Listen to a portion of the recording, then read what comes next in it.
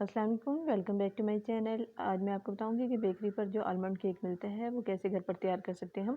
Recipe अगर आपको अच्छी लगे तो लाइक और शेयर कर दें और चैनल को सब्सक्राइब कर लें। सबसे पहले आलमंड केक बनाने के लिए हम मोल्ड को रेडी करेंगे। इसके लिए मैंने नीचे घी लगा लिया है, बटर का इस्तेमाल नहीं किया। बहुत अच्छा सा घी लगा लिया है मैंने और उसके ऊपर बटर पेपर लगा के दोबारा से घी लगाया। अब बादाम को मैंने आधे उसमें डिवाइड कर लिया है। एक बादाम को 2 हिस्सों में डिवाइड किया। जो वाइट पार्ट है वो नीचे कर दिया। इस तरह से हम अरेंज कर लेंगे। डिज़ाइन आप अपनी चॉइस के मुताबिक कुछ भी बना सकते हैं। इस तरह से मैंने ये सारे बादाम नीचे इसकी बेस पे लगा दिए हैं। अब ये कुछ कुटे हुए बादाम हैं वो भी मैं नीचे इसके छिड़क दूंगी इस तरह। और इस मोल्ड को तैयार करके मैं फ्रीज़र में रख दूंगी। इतनी देर तक हम अपना बैटर वगैरह तैयार करेंगे तो ये हमारा अच्छे से मोल्ड भी ठंडा हो जाएगा और ये सब चीज़ें मिक्स मतलब चिपक जाएंगी अच्छे से। अब मैंने घी लिया है इसके लिए। 125 ग्राम घी है जिसको मैंने मेल्ट करके फ्रीज़ किया और दोबारा से फिर इसको मैं रूम टेम्परेचर पर ले आई हूँ। बटर का ये ऑल्टरनेट है, आप इसी तरह रेसिपी तैयार कर सकते हैं जहाँ कहीं बटर यूज़ होता है। कैस्टर शुगर है, चीनी घर में पीस ली 125 ग्राम, वो इसमें शामिल कर दी है और इसको मैं अब बीट कर लूँगी।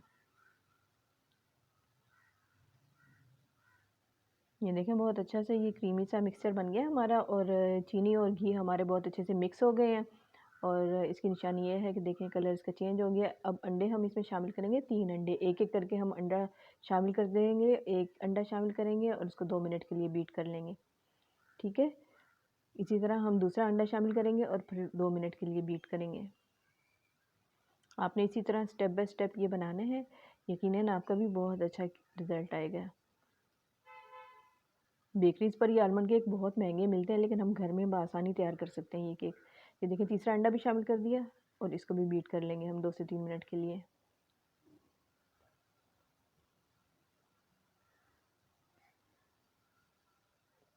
हमारा मिक्सचर जो है वो वॉल्यूम में डबल हो चुका है, डबल से बल्कि ज़्यादा हो गया है। ये देखिए अब साइड्स को हम अच्छे से स्क्रैप कर लेंगे ताकि सब चीज़ें अगर साइड्स पर अगर लग गई हैं तो वो भी बीच में हम शामिल कर लें। वनीला एसेंस चंद कतरे शामिल कर लें। वनीला एसेंस या लेमन एसेंस दोनों में से आप कुछ भी शामिल कर सकते हैं। मैंने लेमन एसेंस शामिल किया इसमें। दोबारा से बीट कर लेंगे इसको 2 मिनट के लिए। ये देखिए हमारा ये मिक्सचर बिल्कुल अच्छे से रेडी हो गया है। अब इसमें मैंने मैदा शामिल कर दिया। मैदे को मैंने छान लिया, 100 ग्राम मैदा है और उसको शामिल कर दिया इसमें। बेकिंग पाउडर 1 टीस्पून शामिल कर दिया है और ये 25 ग्राम है बादाम क्रश किए हुए, वो भी मैंने शामिल कर दिए हैं। अगर आप बादाम शामिल ना करें तो 25 ग्राम आप मैदा और ऐड कर सकते हैं इसमें। सब चीज़ों को अच्छे से हम फोल्ड कर लेंगे इसमें। केक का मिक्सचर हमारा रेडी हो गया।